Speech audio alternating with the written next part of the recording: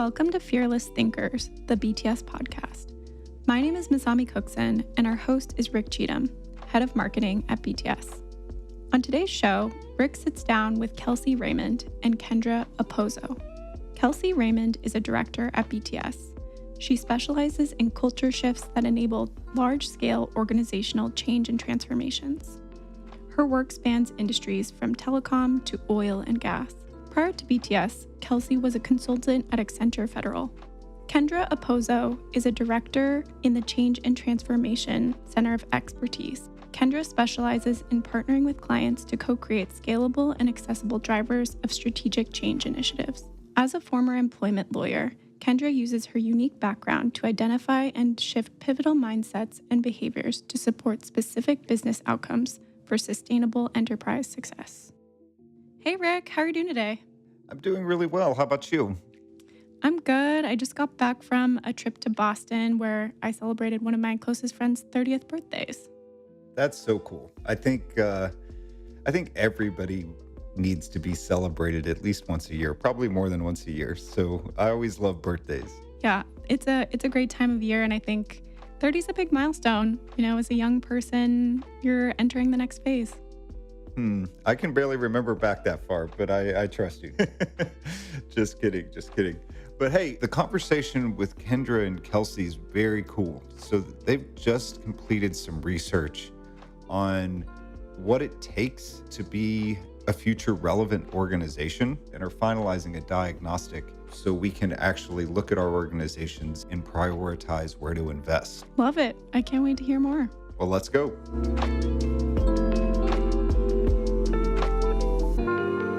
Kelsey, Kendra, welcome to the show. Thanks, Rick. Thanks, Rick. Great to be here. Kelsey, what's going on in the big city these days? Are you in New York? Still in New York. Right now, top of mind for me is we just finished planning our vacation. We're going to do some scuba diving. So I'm very excited and anxious for that. Oh, very cool. Where are you going? We're going to the Bahamas. So it'll be the trip to finish our certification. And hopefully that will lead to many more around the world. Love it. How about you, Kendra? Well, I am in San Francisco. And first, I have to say that scuba is my favorite acronym of all time. So I'm really excited for Kelsey's adventures.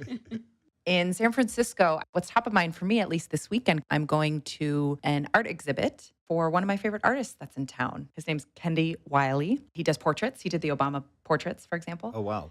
And so, yeah, he's at the DeYoung Museum for a little while. So I'm excited to check out the exhibit. Very cool. Let's jump right in today. What do you mean when you talk about future relevant organization, and where did the concept come from? A lot of it came down to the client conversations that we've been having. And we know from what we've been discussing with our clients or what we've heard in the news that disruption of all kinds is top of mind for CEOs across a variety of industries. Many of these things, we've been talking about for a while, but a lot are becoming more mainstream. I mean, just the notion of ChatGPT is something we probably now hear on a weekly basis. And I know at BTS now even have policies around. At least for me on the East Coast, specifically for clients around healthcare, AI is driving a lot of the innovation with how they analyze various data sets from the trials that they're doing. And I know what's top of mind is different for Kendra out on the West Coast. In the West, we've seen disruption come in the form of uncertainty of what the future holds. We've seen continuous waves of layoffs in tech as well as other industries.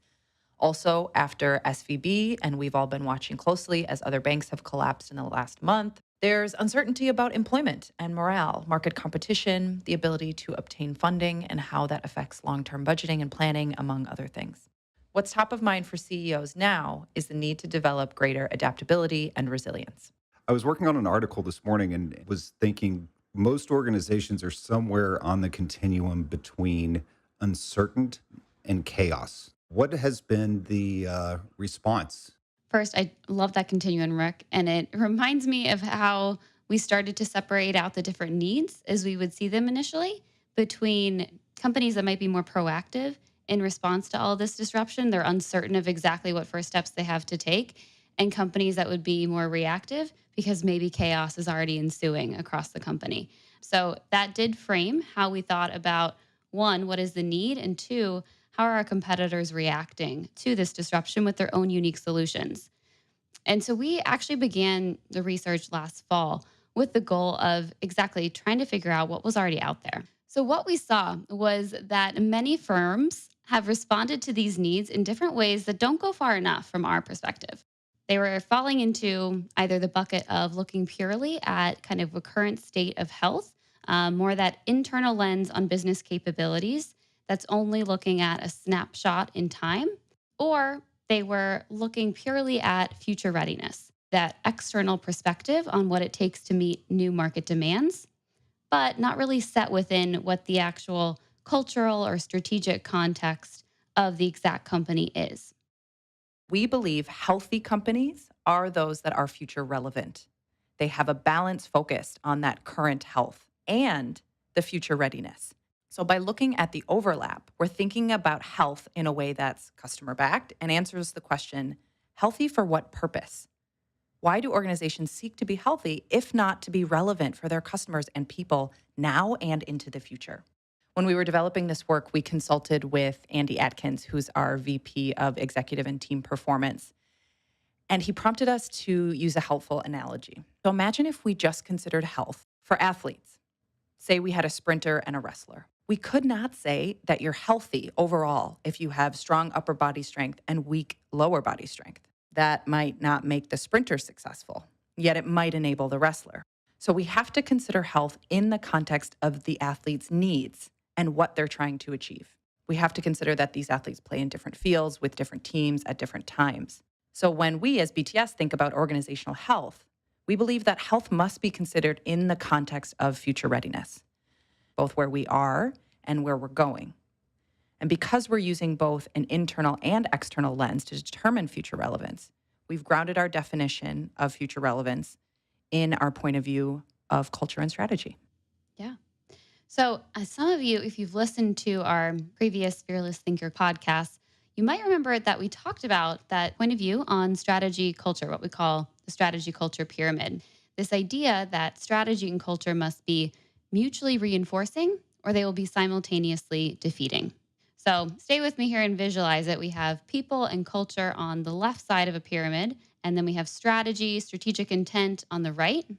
There really needs to be alignment across for an organization to successfully transform. And so this was really the foundation, as Kendra said, of how we thought about a future relevant organization, being one that continuously aligns strategy, culture, and ways of working to deliver their business outcomes in an increasingly uncertain future. And we deliberately added the words continuously and uncertain to our traditional definition of strategy culture pyramid to reflect the fact that our view on health is that it should be continuously and constantly evolving to meet the demands of an environment of constant change. To your earlier point, Rick, one that might have both uncertainty and chaos, because as we see it, health should be dynamic rather than static. How do I know if my organization is future relevant? That was $1 million question that we embarked on in the fall, right? How do you even tell? What are we doing here? Well, after lots of iteration, we came down to what we call 6 indicators of health, what we're calling our next practices.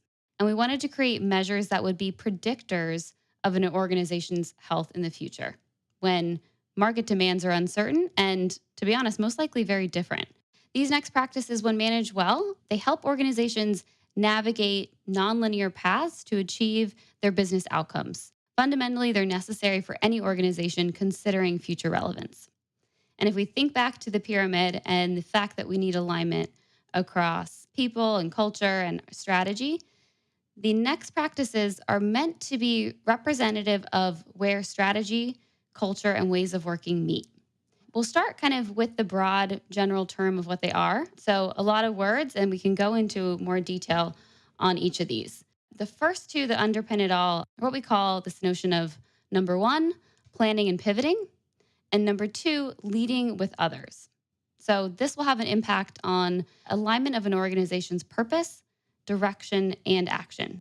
And then we would move to number 3, which we're calling creating shared accountability, and number 4, collaborating in the ecosystem, which are really looking at alignment of direction and action in an organization. And then finally, number 5, accelerating talent, and number 6, simplifying systems. Why these 6 and not others? Kendra can attest we went through many iterations of what this looks like and permutations. But as mentioned earlier, our team started with a lot of research, and that was comprised of more of a literature review of academic research and other articles on organizational health to identify how it is currently defined, looking at what are seen as the components of a healthy organization, what are the various causes of poor health. And then we did some external benchmarking to see what currently exists in the market that we mentioned earlier. And we compare this with some of the additional components of a future-ready organization that we found in the research and through our own client experience, and distilled those down into the 6 that we shared. And what you'll find as you explore these further, or what we hope you will find, is that there are elements that show up in all 6 of these indicators. So for example, because we started with the idea that change is constant, our point of view on change readiness and elements of adaptability were a foundation that we built on holistically across all the indicators. So that will be very present. A second one is that you'll notice we don't intentionally call out DEI or diversity, equity, and inclusion in the point of view itself, but rather we speak to factors of DEI in each of the indicators. We wanted to evoke this idea that DEI not being called out separately is important because it should be incorporated into everything that we do. And then last, but certainly not least, is that we really grounded our point of view in this notion of customer obsession. So customer being at the core will be present in all 6 as well. You've used a term a couple of times now that I'm sure some of our listeners out there are scratching their heads saying, I know best practices, but what are next practices? Next practices are the evolution of best practices. Best practices allow you to be successful now. For example, setting direction as a best practice that companies are familiar with. To the next practice, the first one that Kelsey mentioned, we're calling it planning and pivoting. This next practice acknowledges that the act of planning is a better predictor of success than the plan itself. It's about the process and the agility to leverage new data, because data is never complete, and respond quickly to constant changes in the environment. Another example, a best practice of developing talent, something that we've all heard, we're all familiar with, to our next practice, one of 6, as accelerating talent. The best practice of developing talent to serve the business must evolve to accelerating our people as humans, developing capabilities that are future-oriented and personalized, that recognize that we're working with unique individuals who can provide value that a traditional career roadmap might not have space for, that inclusion over assimilation creates unlimited possibilities. So as Kelsey mentioned, these are the 6 next practices that, when done well, can help an organization navigate nonlinear paths to achieve those business outcomes. You guys are loading me up with so many great insights today. I want to get half of them printed on T-shirts, especially inclusion over assimilation. I think that was great. So I can't fix everything at once. How do I know where to focus? So we are creating a way to assess just that.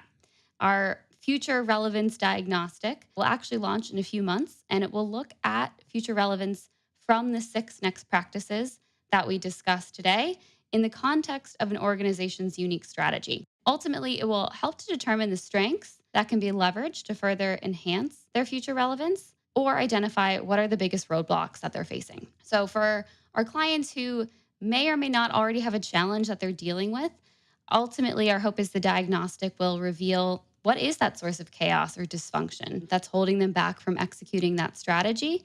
Or for clients who just recognize that they have a need for greater agility and adaptability, the diagnostic will evaluate possible points of chaos and dysfunction so that clients can get ahead of them. Definitely stay tuned for more info on that coming, and a deeper dive on some of the next practices and how we've seen them addressed with some of our clients. Cool. Well, so this is that point that I take on the mind of one of our listeners out there who may not have the positional power to drive change, but they've heard what you said today and they want to do something. What's your best advice for them? Take a look at your organization in the context of these next practices. You can find these in an infographic that we created with our descriptions. Take a look at your organization within that context. For example, one of our next practices is collaborating in the ecosystem. So start to look at the description and think about, okay, how many cross-functional teams am I working on? We also really encourage folks to consider what they own, what they have power to do to set expectations on their teams or for a certain project, and think about those things within the context of next practices as well. As we said, change readiness is really a factor in how we define the next practices of future relevance. And part of that is this belief that every leader is a change-ready leader. And so in that, you have more power than you believe to create change within any of these next practices. So if upon your evaluation, as Kendra suggested, of certain areas, you see somewhere that you can make a key difference, it starts with you and your team, whether that's a team of 3 or a team of 50. And from there, you can start to see hopefully greater change across the rest of your organization. Again, great insights. I guess I'd like to thank you both for taking so much time with us today. Looking forward to the diagnostic and you coming back and us chatting more. Absolutely. Thanks again for having us, Rick. Thanks so much. Looking forward to talking soon. If you'd like to stay up to date on the latest from the Fearless Thinkers podcast, please subscribe. Links to all of the relevant content discussed in today's podcast are in the show notes, or you can always reach us at bts.com. Thanks again.